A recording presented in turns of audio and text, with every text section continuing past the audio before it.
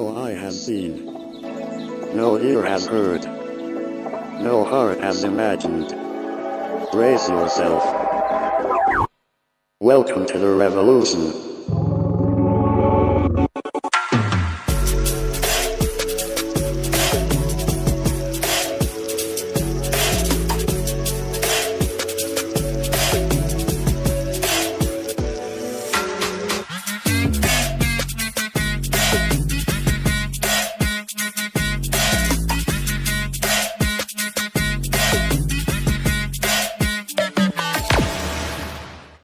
जय मसीह की कलीसिया, आप सब कैसे हैं? मैं विश्वास करता हूं कि आप सब सुरक्षित हैं और परमेश्वर के वचन में बढ़ रहे हैं। तो इस समय मैं आप सब का जो ऑनलाइन सर्विस अटेंड कर रहे हैं, मैं उन सब का मसीह यीशु में स्वागत करता हूं। और जितने लोग पहली बार हमारी सर्विस को देख रहे हैं, मैं उन सभी का मसीह यीशु के नाम में स्वागत करता हूं।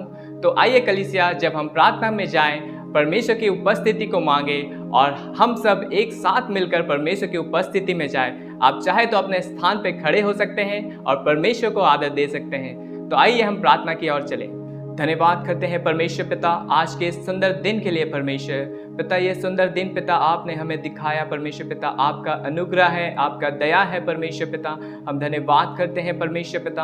और परमेश्वर पिता, जब हम आपकी उपस्थिति में आते हैं परमेश्वर पिता, हाँ परमेश्वर, आप हमारे हृदय को पिता शुद्ध करें परमेश्वर पिता। हर एक बोझ परमेश्वर पिता जो पिता हमारे अंदर से है परमेश्वर पिता, हाँ पिता, उसको पिता अपने जीवन से दूर करते हैं परमेश्वर पिता। हाँ पिता, आपकी उपस्थिति को मांगते हैं परमेश्वर पिता। हाँ परमेश्वर पिता, होने दे परमेश्वर पिता। जितने लोग परमेश्वर आज पिता हमारे साथ जुड़े हैं परमेश्वर, हाँ पिता, उनको पिता आपके सम्मुख में लाते हैं परमेश्वर पिता। आप सहायता करें परमेश्वर पिता। उनके जीवन में हर एक पिता वो पिता बोझ है परमेश्वर पिता, हाँ पिता, किसी भी बात से परमेश्वर पिता वो पिता आपकी उपस्थिति में नहीं आ पाया है परमेश्वर पिता। आज परमेश्वर पिता आप पिता उन्हें पुकार रहा है परमेश्वर पिता। हर एक बोझ को पिता आज अपने ऊपर से ले लेना परमेश्वर पिता। हाँ परमेश्वर पिता, उनको पिता स्वतंत्र करे परमेश्वर पिता, ताकि पिता वो पिता आज़ादी के साथ पिता आपकी आराधना कर पाए परमेश्वर पिता। हाँ परमेश्वर पिता, इस समय को पिता आपके हाथों में सौंपते हैं परमेश्वर। और पिता हर एक आराधना परमेश्वर पिता, हमारी प्रार्थना परमेश्वर और पिता वचन पिता आपको ग्रहण योग्य होने पाए परमेश्वर पिता। हाँ पिता, इस पूरे सर्विस को पिता आपके हाथों में सौंपते हैं पिता, आपकी अगुवाई को मांगते हैं। इस प्रार्थना को यीशु मसीह के नाम से मांगते हैं, आमीन। आमीन चर्च। सो आइए इस समय हम मिलकर परमेश्वर की आराधना करेंगे, उसके नाम को हम महिमा करेंगे। और जैसा कि हमने यशाया 49 अध्याय में पिछले सप्ताह देखा था कि माता अपने बच्चों को भूल सकती है, लेकिन हमारा पिता स्वर्ग पिता हमें कभी नहीं भूलता। और परमेश्वर का वचन कहता है कि उसने हमारा नाम अपनी हथेली पर लिखा है। सो आइए हम कुछ गीतों को गाकर उसकी महिमा करें, उसके नाम को ऊंचा करें।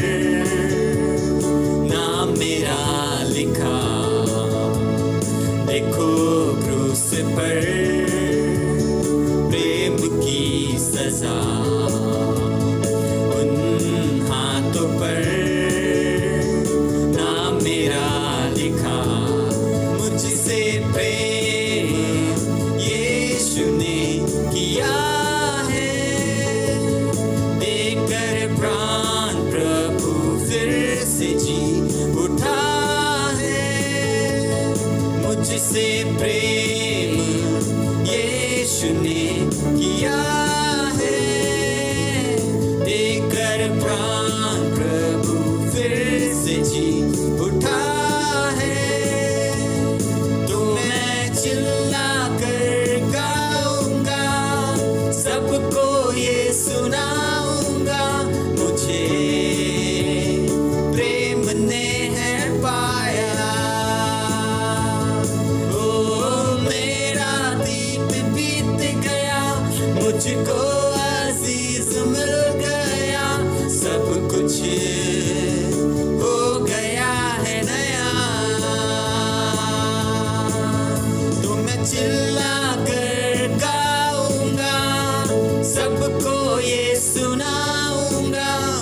मुझे प्रेम ने है पाया।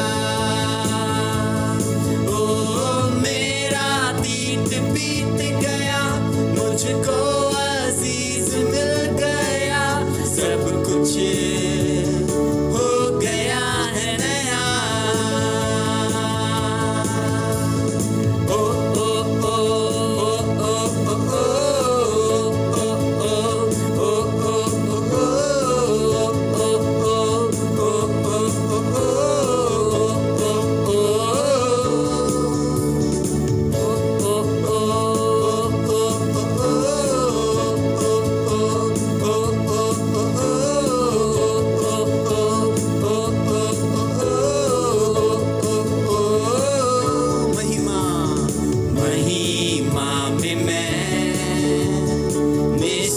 जाऊंगा यीशु के संग में हरदम रहूंगा।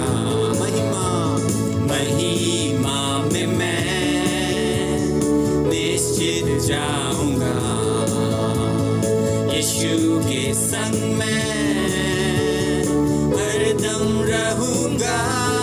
मुझसे प्रेम यीशु ने किया प्राण, प्रभु फिर से जी उठा है। मुझसे प्रेम यीशु ने किया है, देकर प्राण प्रभु फिर से जी उठा है। तो मैं चिल्ला कर गाऊंगा, सबको ये सुनाऊंगा, मुझे प्रेम ने है पाया। ओ मेरा अतीत बीत गया, मुझको अजीज मिल गया, सब कुछ हो गया है नया।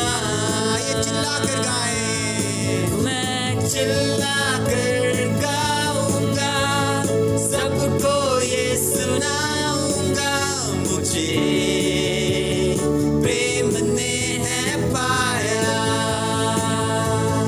ओ मेरा अतीत बीत गया, मुझको अजीज मिल गया, सब कुछ हो गया है नया। ओ ओ ओ ओ ओ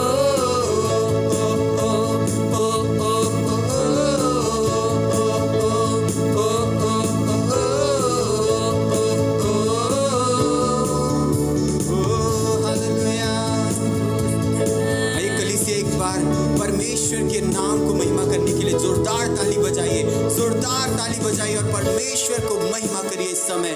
ओ हालेलुया, हालेलुया, महिमा मिले प्रभु, महिमा मिले परमेश्वर, तेरे नाम को प्रभु ऊंचा ऊंचा करते हैं परमेश्वर।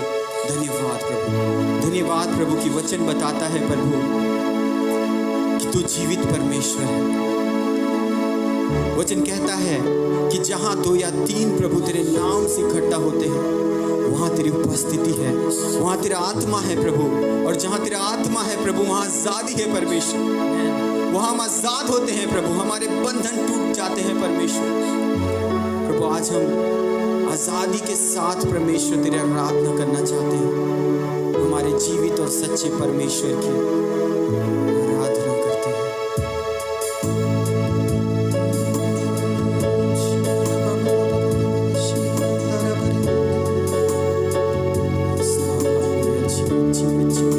सच्चा खुदा तू है, मेरा जीवित और सच्चा खुदा प्रभु। हे जीवित परमेश्वर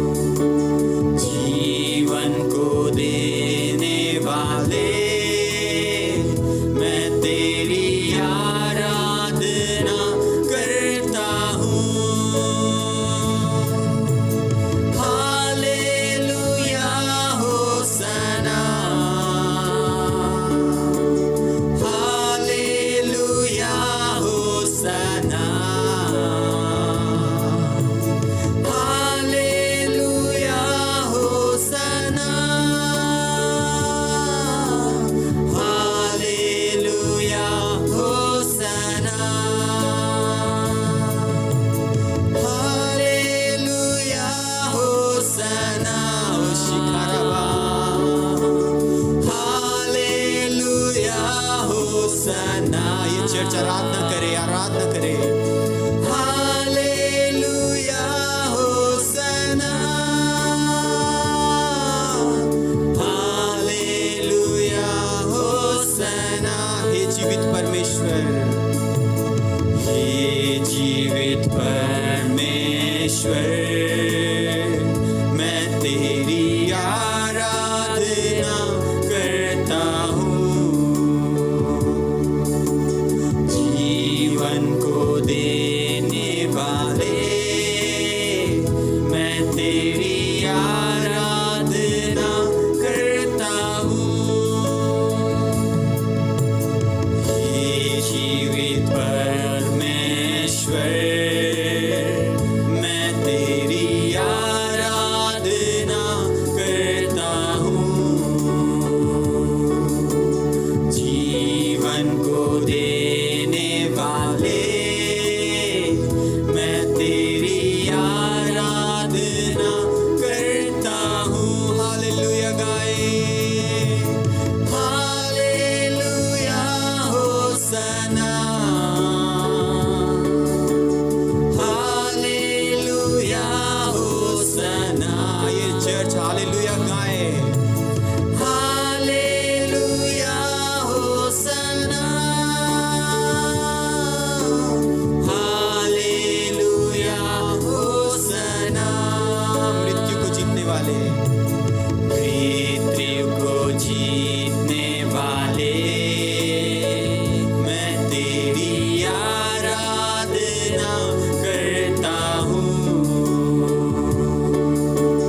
नरक को जीतने वाले, मैं तेरी आराधना करता हूँ। शिखरबा, मृत्यु को जीतने वाले, प्रभु हम तेरी धन्यवाद करते हैं प्रभु। तेरी तूने मृत्यु को हरा दिया है परमेश्वर, तूने नरक को हमारे लिए जीत लिया है प्रभु। नरक को जीतने वाले, मैं तेरी आराधना करता हूँ। Hallelujah hosanna, hallelujah hosanna. Yes Lord, we worship you Jesus. Hallelujah hosanna, hallelujah hosanna. ओ शिखरा बरियंदे, ओ तेरा धन्यवाद हो। आइए कलीसिया चुप ना रहे इस समय। आज उसकी महान उपस्थिति में अपने आप को आइए दीन करें। आइए दीनता के साथ उसके अनुग्रह के सिंहासन के पास आए, उसके नाम को महिमा करे, उसके नाम को जय जयकार करे। वो जो हमें आशीष देना चाहता है, वो जो हमारे जीवन में आशीष को जोड़ना चाहता है, वो जो हमारे जीवन को बदलने के लिए आया, इस संसार में जन्म लिया, एक मनुष्य का रूप धारण किया और हमारे लिए अपना प्राण को दिया। आइए उस आशीष करने वाले परमेश्वर को हम महिमा करें, उसके नाम को हम धन्यवाद करें और उसकी महिमा करें, उसके नाम की जय जयकार करें और उसके प्रेम को आइए हम निहारें और महसूस करें। ओ शिखरबा,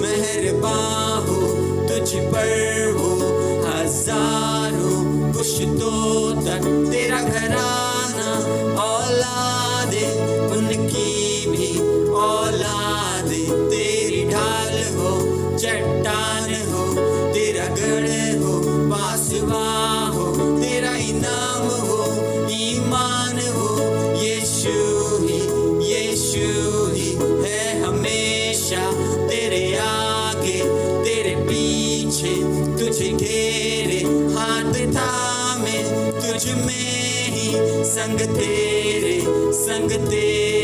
है सवेरे हर शाम में, तेरे आने जाने में, हर गम में खुशियों में, यीशु है तेरे लिए, यीशु है तेरे लिए, यीशु है तेरे लिए, यीशु है तेरे लिए, यीशु है तेरे लिए। आमेन, आमेन, आमेन, आमेन।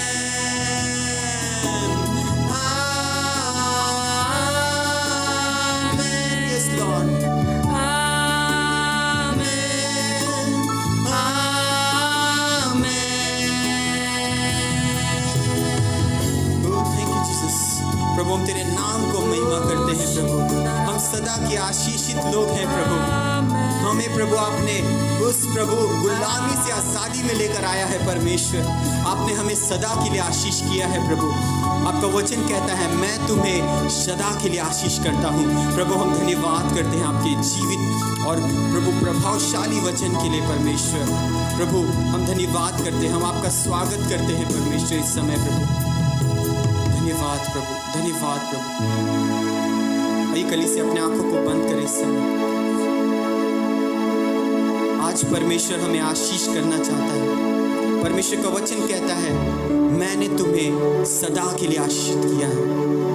आइए आज के दिन परमेश्वर जब आपको अपने आशीष के वचनों को दे रहा है, आइए अपने हृदय को तैयार करें उसे ग्रहण करने के लिए, ताकि वो आशीष का बीज जो परमेश्वर का वचन आज बोया जा रहा है आपके जीवन में 60 गुना 100 गुना फल लेकर आए और आपको भी परमेश्वर आशीष का सोता बनाए। हम धन्यवाद करते हैं प्रभु, आज हमसे बातें करें। हम धन्यवाद करते हैं हुए ये समय को आपके हाथों में सौंपते हैं यीशु मसीह के नाम से, आमीन, आमीन।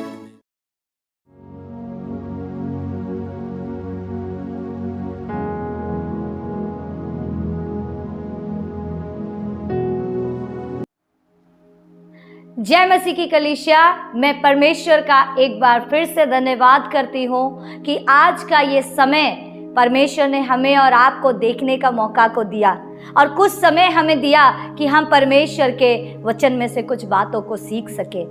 मेरे प्रियो, मैं आपको बताना चाहती हूँ कि अभी आज का जो हमारा प्रचार है, हम एक नए सीरीज में जा रहे हैं। ये सीरीज का नाम है प्रार्थना का जीवन, प्रार्थना।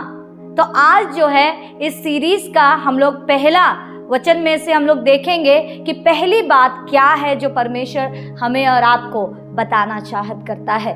तो आइए इस वक्त हम अपने हृदय को तैयार करें मेरे प्रियो, कि परमेश्वर की इच्छा के अनुसार हम परमेश्वर की योजना को पूरा करने वाले बने। और आज का जो विषय है हमारा प्रचार का, वो प्रचार का नाम है प्रार्थना का घर। आइए हम प्रार्थना करें कि हम परमेश्वर की इच्छा में वो प्रार्थना का घर बन पाए और अपने हृदय को हम तैयार करें कि प्रभु की इच्छा के अनुसार हम हमारे जीवन को प्रार्थना के साथ हम अपने दौड़ को पूरा कर सके। आइए हम प्रार्थना में जाएंगे। मेरे महान उद्धारकर्ता जीवित परमेश्वर, अनादि से अनंत काल का सेनाओं का यहोवा प्रभु, मैं आपका धन्यवाद करती हूँ आज के इस सुंदर सुबह के लिए पिता जो आपने ठहराया।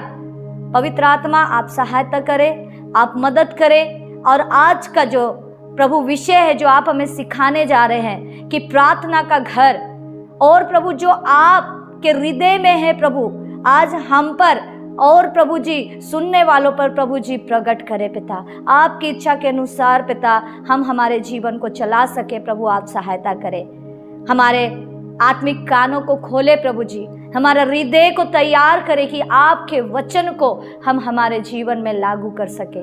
परमेश्वर, हम आपके हाथों में अपने जीवन को और इस समय को समर्पण करते हैं प्रभु। दुआ मांगते इस वक्त यीशु के नाम में, आमीन। Hallelujah, hallelujah.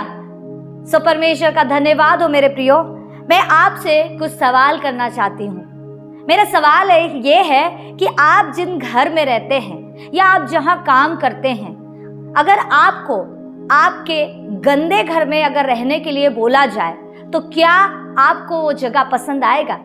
क्या आप वहाँ रहना चाहेंगे? या फिर आपका घर पूरा गंदा पड़ा रहे, पूरा बिखरा पड़ा रहे और आप बोलिएगा कि अपने कोई विशेष मेहमान को, कोई विशेष अतिथि आपके घर पर आए और आपके घर पर रहे, तो आपको कैसा लगेगा? जरूर आप इस चीज को पसंद नहीं करेंगे। मेरे प्रियो, हम इंसान होकर के हम साफ सफाई रहना पसंद करते हैं, हम साफ कपड़े पहनना पसंद करते हैं, हम सफाई जगहों में जाना, अच्छी चीजों को खाना पसंद करते हैं। मैं आपको बताना चाहत करती हूँ, जब हम इंसान होकर के इतना साफ और स्वच्छ चीजों को पसंद करते हैं, तो हमारा परमेश्वर जो पवित्र परमेश्वर है वो कितना साफ सफाई नहीं पसंद करता है। सोचिए, आज इसी प्रचार को लेकर के कि प्रार्थना का घर में आज हम देखेंगे कि बहुत सारा जो गंदगी, बहुत सारा कचरा जो है आज प्रार्थना का घर में भर गया है। आइए हम परमेश्वर के वचन में से देखें और समझने का कोशिश करें। अपने हृदय को आप तैयारी के साथ आप बैठिए, आप परमेश्वर की आवाज को सुनिए कि आज की सुबह परमेश्वर आपसे क्या कहना चाहत करता है। मेरे प्रियो, आइए हम हमारे वचन में जाएंगे।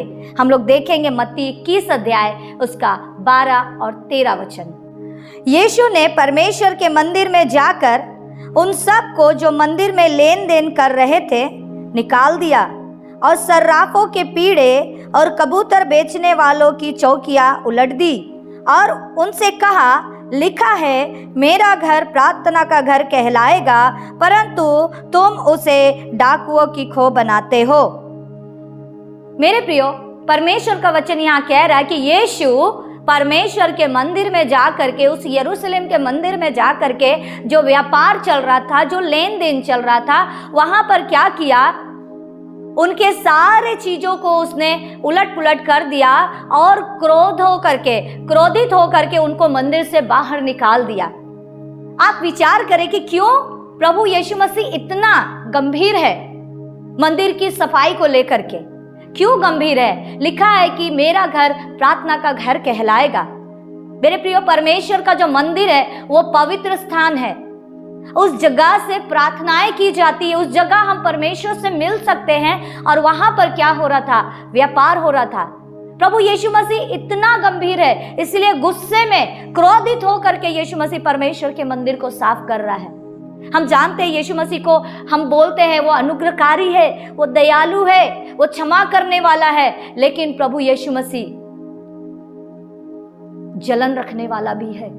जब परमेश्वर की महिमा की बात आए, जब परमेश्वर को आराधना देने के बात आए, तो प्रभु यीशु मसीह गुस्से में आकर के यहां पर क्या कर रहा है? लोगों को बाहर कर रहा है। लोग बोलेगा यीशु मसीह इतना गुस्सा में क्यों है? क्योंकि प्रभु यीशु मसीह कोई समझौता नहीं करना चाहते हैं परमेश्वर के भवन को लेकर के। आइए मैं आपको थोड़ा इतिहास में लेकर के जाना चाहूंगी। अगर आप पुराने नियम में देखेंगे, परमेश्वर के भवन और परमेश्वर के मंदिर को लेकर के जब मूसा के द्वारा इजरायलियों को बाहर निकाला गया, तो वहां पर पहली बार जब वो लोग कनान देश की यात्रा में थे, तो पहली बार वो लोग क्या किए? मिलाप वाले तंबू को क्या किए? बनाए। और ये बनाने का आदेश परमेश्वर की ओर से ही दिया गया था। अगर आप निर्गमन 40 अध्याय को पूरा पढ़िएगा तो वहां बहुत ही बारीकी से आप देख सकेंगे एक एक चीजों का, कहां किसको रखना है, किस चीज का कहां स्थान होगा, परमेश्वर ने मूसा को बताया। और जब वो मिलाप वाला तंबू बन करके तैयार हो गया, पहली बार वहां परमेश्वर का तेज स्वर्ग से पृथ्वी में देखा गया। दिन में बादल का खंबा और रात में अग्नि का ज्वाला बन करके वहां पर परमेश्वर की उपस्थिति को देखा जा सकता है। और निर्गमन 40 अध्याय 34 और 35 वचन में आप जब पढ़ेंगे, वहां पर लिखा है कि मूसा भी उस स्थान पर खड़े नहीं रह सका था, क्योंकि परमेश्वर का तेज, क्योंकि परमेश्वर का जो प्रकाश इतना ही पवित्र, इतना ही उज्जवल है कि हम साधारण व्यक्ति जो है परमेश्वर के इस पवित्रता का सामना नहीं कर सकते। और उस समय क्या होता था, जब जब बादल और आग का ज्वाला जब दिखाई देता था, उस वक्त क्या करते थे, इजरायली रह जाते थे, ठहर जाते थे, और जब जब वो तेज उठ जाया करता था तब तब वो लोग अपना यात्रा को पूरा करते थे। और अगर आप थोड़ा और आगे जाएंगे, तब सुलेमान ने परमेश्वर का मंदिर को बनाया। पहले तंबू था जहां परमेश्वर की उपस्थिति होती थी, वो एक जगह से दूसरा जगह ले जाया करते थे। दूसरा सुलेमान का मंदिर, वहां पर भी परमेश्वर का तेज पहली बार, जब दूसरा इतिहास 5 का 13 और 14 में आप देखिएगा, वहां भी परमेश्वर का तेज दिखाई दिया। परमेश्वर की उपस्थिति उस मंदिर में हुई और वहां पर याजक लोग सेवा टहल नहीं कर सके। आप देखिए, परमेश्वर अपनी उपस्थिति को लेकर के, अपने भवन को लेकर के कितना गंभीर है मेरे प्रियो।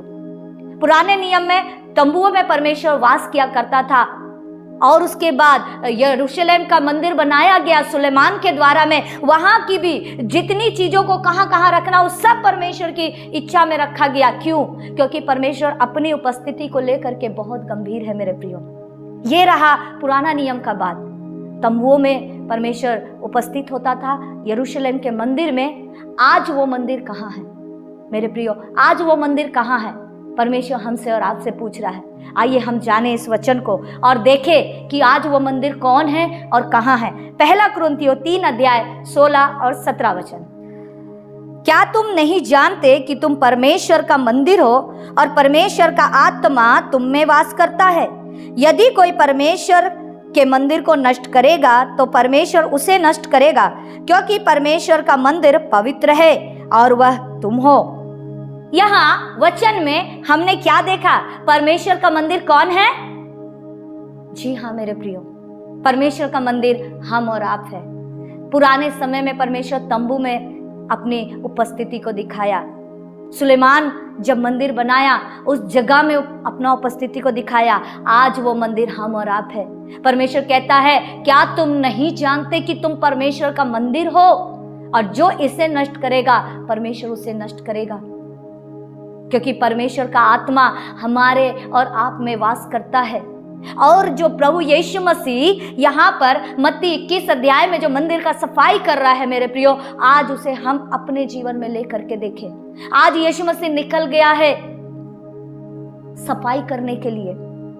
मेरे प्रियो, आपने देखा इस वचन में कि यीशु मसीह कैसे क्रोध में आकर के अपने परमेश्वर के मंदिर को साफ कर रहा है, क्योंकि बहुत गंभीर है प्रभु यीशु मसीह। आज देखिए, आज जो हम परमेश्वर का मंदिर कहलाते हैं, क्या आज हम साफ है?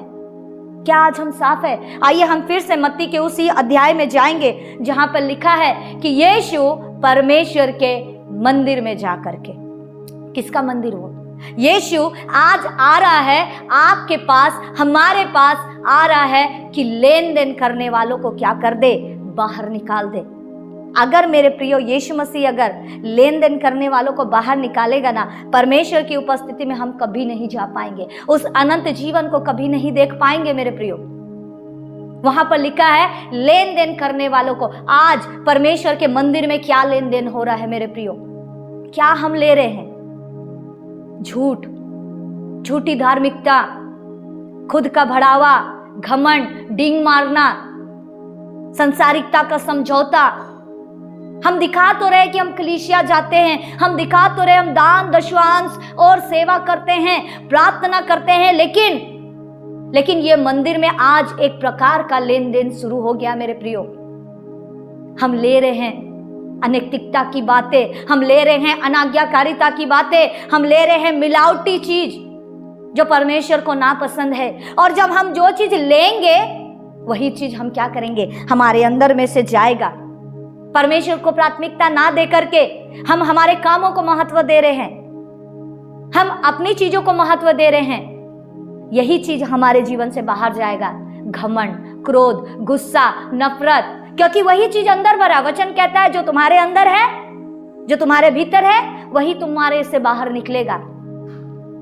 अच्छा पेड़ में से बुरा फल और बुरा पेड़ में से अच्छा फल कभी नहीं निकल पाता है मेरे प्रियो। जैसा पेड़ रहता है वैसा ही फल होगा। जो चीज हम ले रहे हैं अपने ऊपर में, हम देख रहे हैं आज हम क्या ले रहे हैं। आज हम टीवी के जरिए, मोबाइल के जरिए, संसारिकता की चीजों के जरिए, संसारिकता के सफलताओं के जरिए हम क्या ले रहे हैं। हमें अलर्ट होना है। लेन देन हम कर रहे हैं और वही चीज दे रहे हैं। परमेश्वर का मंदिर लिखा है, मेरा घर प्रार्थना का घर कहलाएगा। आप और हम परमेश्वर के प्रार्थना के घर है। आज हम क्या ले रहे हैं मेरे प्रियो, परमेश्वर कहता है। और वहां पर अगर आप देखेंगे, सर्राफों का पीड़ा को, कबूतर बेचने वालों का जो चौकिया था उनको उलट दिया। अगर हम मंदिर के इतिहास में थोड़ा हम आपको बात करें तो वहां पर बताया जाता है कि लोग दूर दूर से आया करते थे वहां परमेश्वर को अर्पण करने के लिए, बलिदान चढ़ाने के लिए। तो अन्य जगहों का जो रुपए हुआ करता था उस मंदिर में आकर के क्या करते थे, वो लोग बदलते थे। तो बदलने में जो प्रक्रिया होता था, जितना उसका कीमत होता था, कहीं ज्यादा उनसे कीमत वसूला जाता था। अब बाहर के लोग हैं, वापस तो वो लोग अपनी जगह जाएंगे नहीं, क्योंकि परमेश्वर के भवन में दान देना है। तो वहां पर क्या होता था, गलत प्रकार का लेन देन हो रहा था, अनैतिकता हो रहा था, वहां व्यापार चल रहा था। वहां पर परमेश्वर के भवन में बलिदान करने का सामानों को रखा गया था, बलिदान की चीजों को रखा गया था, लेकिन वहां पर जो काम चल रहा था वो अनैतिकता का था। और प्रभु यीशु मसीह सर्राफों का पीड़ा, आज हमारे जीवन में सर्राफों का पीड़ा क्या है? वो खुद का सिंहासन मेरे प्रियो, वो खुद का सिंहासन, वो जो अहंकार, बड़बोलापन, हम खुद के बातों को ज्यादा महत्व दे रहे। फायदा, यहाँ पर लोग क्या कर रहे थे, वो लोग अपना फायदा देख रहे थे। हम अपने फायदे के लिए क्या कर रहे हैं, परमेश्वर के वचन के साथ में समझौता कर ले रहे हैं। परमेश्वर समझता है सब कुछ। परमेश्वर ने ऐसा कहा है, परमेश्वर ने हमें आजादी दिया है। हाँ मेरे प्रियो, जरूर परमेश्वर ने हमें आजादी दिया, लेकिन हम हमारे आजादी का गलत इस्तेमाल ना करें। और अगर आगे आप देखें, कबूतरों की बेचने वालों का चौकिया, वो व्यापार करना, अपने काम को लोग महत्व दिया। वो लोग भूल गए कि वो लोग परमेश्वर के मंदिर में हैं। आज हम भूल जा रहे हैं मेरे प्रियो कि हम परमेश्वर का मंदिर है, और अगर हम इसको नष्ट कर रहे तो परमेश्वर हमको नष्ट करेगा। और अगर आप देखिएगा आगे, डाकुओं का खो मेरे प्रियो, क्या आज हम डाकुओं का खो नहीं बन गए? एक डाकू नहीं लिखा वहां, डाकुओं का गढ़, जहां डाकू लोग रहते हैं, जहां अपने सामानों को रखते हैं, जहां लूट करके लेकर के आते हैं। डाकू का मतलब होता है उन लोग क्या करते हैं, लूट करके लेकर के आ रहे। वो गढ़ आज हम परमेश्वर का मंदिर जो कहलाते हैं, आज हम और आप बनते जा रहे हैं। मेरे प्रियो, मैं आपको दोष नहीं दे रही हूं, लेकिन मैं आपको आगाह कर रही हूं, कहीं हम ऐसा तो नहीं बन गए हैं, कहीं मेरे जीवन में डाकुओं का वो गढ़ तो नहीं बन गया है जहां पर लूटपाट का सामान हम रखे हुए हैं। और यीशु मसीह उस मंदिर का सफाई करने निकला है मेरे प्रियो। आज हमको परमेश्वर को बताना जरूरी है, बोलना जरूरी है कि प्रभु हाँ ये मंदिर गंदा हो गया है, प्रभु इस मंदिर को साफ करे। मैं आपको बताना चाहती हूँ मेरे प्रियो, अगर प्रभु यीशु मसीह अपने में आकर के मंदिर का अगर सफाई करने लगे ना, तो आप परमेश्वर के पवित्र स्थान में नहीं खड़े रह सकेंगे। अगर प्रभु यीशु मसीह अगर सफाई करने लगा तो हम स्वर्ग से साफ हो जाएंगे। ये हंसने का बात नहीं है मेरे प्रियो। अगर हम स्वर्ग से बाहर निकाल दिए गए, क्योंकि परमेश्वर का पवित्र स्थान में कोई गंदगी चीज नहीं, तो हम परमेश्वर का जो मंदिर कहलाते हैं, हम कैसे परमेश्वर की उपस्थिति में जा सकेंगे? कैसे वो अनंत जीवन में हम शामिल हो सकेंगे? और अगर अनंत जीवन में नहीं गए, मतलब कहीं तो जाएंगे। वो जगह जहां पर अच्छे से हम व्यापार कर सकते हैं, जहां अच्छे से लेन देन कर सकते हैं, अच्छे से समझौता का जिंदगी जी सकते हैं, कोई तो नहीं देख रहा, अच्छे से हम घमंड में अपने जीवन को चला सकते हैं, वो जगह है नरक। आराम से हम नरक में क्या करें, जाए और अपना जीवन को नाश कर ले। चुनाव हमारे हाथ में है। अगर प्रभु यीशु मसीह साफ करने पर आ गया, हम कहीं के नहीं रहेंगे। परमेश्वर से कोई मुकदमा में जीत नहीं सकता, क्योंकि परमेश्वर पवित्र परमेश्वर है। आज अभी मौका है मेरे प्रियो कि हम परमेश्वर से कहे, प्रभु मुझे साफ कर, प्रभु मुझे साफ कर। और अगर यशाया 56:7 में अगर आप देखिएगा, वहां क्या लिखा है, परमेश्वर का जो घर है प्रार्थना का घर कहलाएगा। हम और आप प्रार्थना के घर है, ना केवल ये हमारे जीवन में, वरन हम औरों के जीवन में भी आशीष बन सकते हैं। आइए हम इस वचन को देखेंगे। उनको मैं अपने पवित्र पर्वत पर ले जाकर अपने प्रार्थना के भवन में आनंदित करूंगा। उनके होम बलि और मेल बलि मेरी वेदी पर ग्रहण किए जाएंगे, क्योंकि मेरा भवन सब देशों के लोगों के लिए प्रार्थना का घर कहलाएगा। मेरे प्रियो, यहाँ कह रहा है परमेश्वर का भवन जो है सब देशों के लिए, हम और आप सब देशों के लिए आशीष का घर है। हम और आप सब देशों के लिए उद्धार और छुटकारे का जरिया है। परमेश्वर का वचन कह रहा है हमारे जीवन के द्वारा लोगों का जीवन में आशीष जाना है। आज हमारे और आपके जीवन से क्या जा रहा है? जब अभी परमेश्वर हमें सिखाने जा रहा है कि हम परमेश्वर का प्रार्थना का घर बने, तो आज का ये जो प्रचार है मेरे प्रियो, आज का जो वचन है, परमेश्वर हमसे और आपसे चाहत करता है कि हम खुद को साफ करें। जैसा प्रभु यीशु मसीह ने कबूतर बेचने वालों के चौकियों को उलट दिया, उलट देना मतलब खाली कर देना। आज हमें जरूरत है परमेश्वर से कहे कि प्रभु मुझे खाली कर, बहुत कचरा भर गया है अंदर में, बहुत कुछ भर गया है। आज मेरे प्रियो इसे खाली करने का जरूरत है। मैं आपको उत्साहित करना चाहती हूँ, आज प्रभु यीशु मसीह से हम कहे कि प्रभु मुझे खाली कर। जब हम खाली होंगे तभी हम परमेश्वर की आत्मा से भरेंगे। और हम खाली नहीं हैं तो अगर आप हागे 1 अध्याय का वचन को आप पढ़ के देखिएगा, 2 से लेकर के 11 तक में, वहां पर लिखा है कि हम खाना तो खा रहे, अन्न तो खा रहे, लेकिन हमारा पेट नहीं भर रहा। हम पानी तो पी रहे लेकिन प्यास नहीं मिट रहा है। कपड़े तो पहन रहे लेकिन हम गर्मा नहीं रहे हैं। हम हमारे पैसों को छेद वाला थैली में रख दिए हैं। क्यों हम आशीषित नहीं हो रहे? क्योंकि आज वचन में लिखा है, अगर आप उसका आगे वचन देखिएगा, आगे 1 अध्याय का 2 और 3 में, क्योंकि परमेश्वर का भवन जो है वो उजाड़ पड़ा है और तुम छत वाले घरों में रहना पसंद करते हो। छत वाला घर मतलब हम हमारी शारीरिकता को महत्व दे रहे हैं, हम खुद को महत्व दे रहे हैं। मुझे आशीष चाहिए, मुझे नौकरी चाहिए, मुझे बच्चे चाहिए, मेरा शादी हो जाए। परमेश्वर से आशीष आशीष आशीष, परमेश्वर से सामर्थ चाहिए, ओ परमेश्वर से अभिषेक चाहिए, लेकिन परमेश्वर नहीं चाहिए। आज परमेश्वर का मंदिर जो है उजाड़ पड़ गया है, क्योंकि ये डाकू का खो बन गया, क्योंकि यहाँ पर गलत गलत तरह का लेन देन चल रहा है, क्योंकि यहाँ गलत गलत तरह से व्यापार चल रहा है। अंधेर करने वाले लोग आ गए हैं यहाँ पर।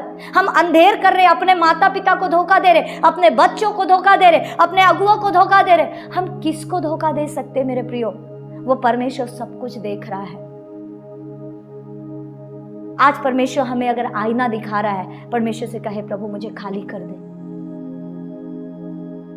परमेश्वर से कहे मुझे खाली कर दे। क्योंकि अगर हम हमारे जीवन में आशीष तो मांग रहे हैं, हम कह रहे प्रभु मुझे आशीष कर, हम कह रहे प्रभु मुझे मुझे मुझे दे, मुझे भर, और आप पूरा मेहनत भी कर रहे हैं लेकिन फल नहीं दिख रहा, क्योंकि परमेश्वर का वचन को हम महत्व नहीं दे रहे।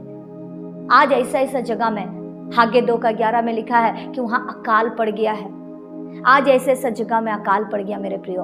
आप रख तो रहे हैं लेकिन आपका घर में बरकत नहीं दिख रहा है, क्योंकि ये भवन जो है उजाड़ पड़ गया, क्योंकि हम खुद का परिवार पर ज्यादा ध्यान दे दिए, खुद का कामों पर ज्यादा ध्यान दे दिए हैं, खुद का पढ़ाई पर। मेरे प्रियो, मैं आपसे कहना चाहती हूँ ये कुछ गलत नहीं है, लेकिन प्राथमिकता मेरे प्रियो, परमेश्वर चाहता है कि हम आशीषित बने, परमेश्वर चाहता है हम समृद्ध हो, परमेश्वर चाहता है कि हम बीमारी मुक्त रहें।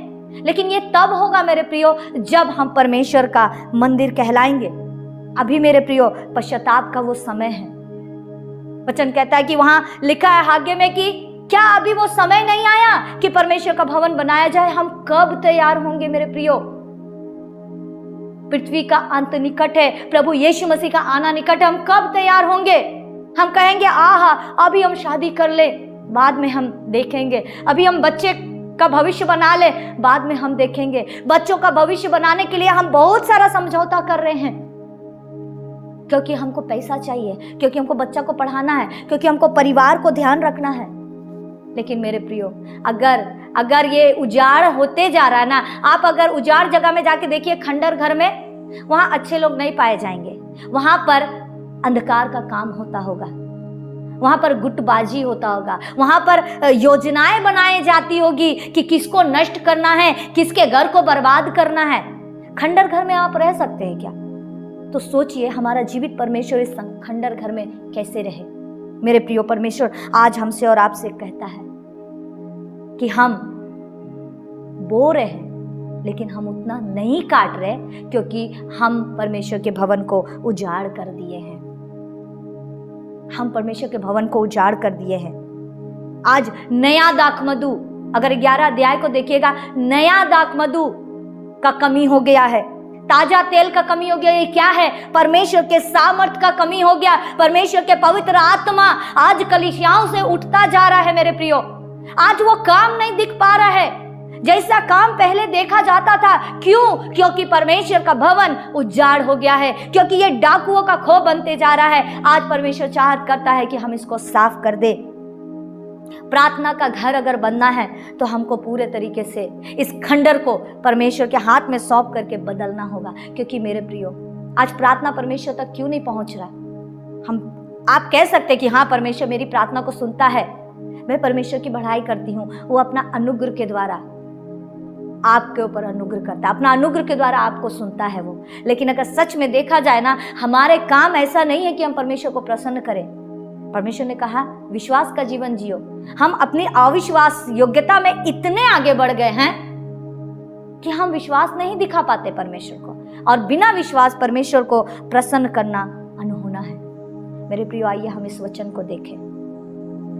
आज मैं आपसे कहना चाहूंगी, प्रभु आपसे जो कह रहा है, आइए हम इस वचन को देखें कि आज जो भवन उजाड़ हो गया है, आज जो डाकुओं का खो बन गया, हम कैसे इसको वापस से हम रिन्यू करें, कैसे इस भवन को, खंडर भवन को हम वापस से बनाएं। आइए हम इस वचन को देखेंगे। हाग्गे 1 अध्याय 8 वचन। पहाड़ पर चढ़ जाओ और लकड़ी ले आओ और इस भवन को बनाओ, और मैं उसको देखकर प्रसन्न होऊंगा और मेरी महिमा होगी। यहोवा का यही वचन है। मेरे प्रिय, परमेश्वर का वचन यहाँ क्या कह रहा है? यहोवा का यही वचन है। पहाड़ पर चढ़ाओ। वचन कहता है मैं अपनी आंखें पर्वतों की ओर लगाऊंगा। मुझे सहायता कहाँ से मिलेगी? मुझे सहायता यहोवा की ओर से मिलती है। उस पहाड़ की तरफ आज हमें अपना नजर को लगाने का जरूरत है। हम निचले स्तरों को ना देखें, हम सामने की चीजों को ना देखें, हम उस परमेश्वर की ओर ध्यान को करें। आइए हम परमेश्वर के साथ एक बार फिर से हम परमेश्वर के साथ रिश्ते में आने के लिए उस पवित्र पर्वत की ओर नजर गाड़े जो हमारा प्रभु यीशु मसीह है। और कह रहा भवन को बनाने के लिए लकड़ी ले आओ। हमारा प्रभु यीशु मसीह क्रूस पर कुर्बान हुआ कि हम हमारे पापों से आजादी पाए। आज हमें एक बार फिर से जरूरत है उस बलिदान को याद करने का। आज हमें जरूरत है प्रभु यीशु मसीह की ओर ताकने का। और लकड़ी का मतलब यह है मेरे प्रियो कि आज हमें जरूरत है हम अपना क्रूस को लेकर के चले। मेरे प्रियो, हर एक चीज का कीमत चुकाया गया। सिर्फ उद्धार हमको फ्री में मिला है। मैं आपको बार बार बताती हूँ, उद्धार हमको मुफ्त में मिला है, लेकिन इस उद्धार का भी कीमत चुकाया गया है। प्रभु यीशु मसीह ने अपने बहुकीमती लहू को दे करके कीमत चुकाया है। और इस उद्धार को संभाले रखने के लिए हम लोगों को कीमत चुकाना है कि हम प्रतिदिन अपने क्रूस को उठा करके चले।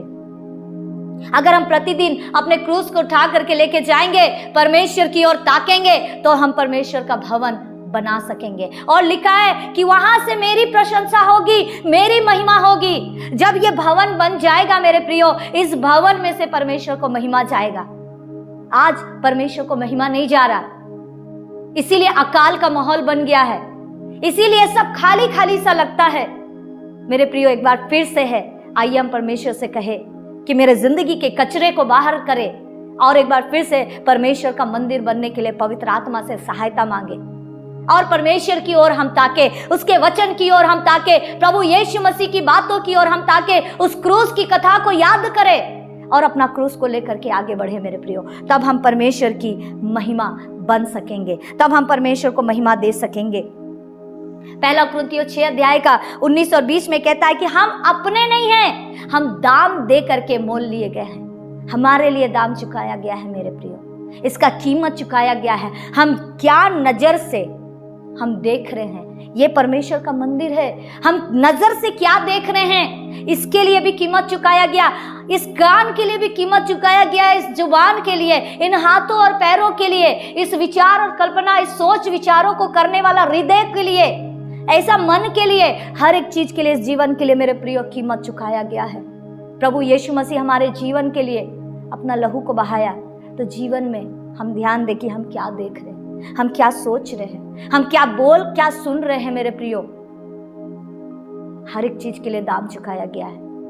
आइए हम परमेश्वर से कहें कि प्रभु इस कचरे को निकाल। मैं बार बार आपसे कह रही हूं, आप इस बात को कहिए कि प्रभु मेरा वो चौकी, वो जो खुद का सिंहासन बन गया था या किसी और को अपने जीवन में जगह दे दिए थे, उस सिंहासन को उलट दे, उसको पलट दे, इसको पूरा खाली कर और नए सिरे से मुझ में अपनी आत्मा को उत्पन्न कर, नए आत्मा को उत्पन्न कर।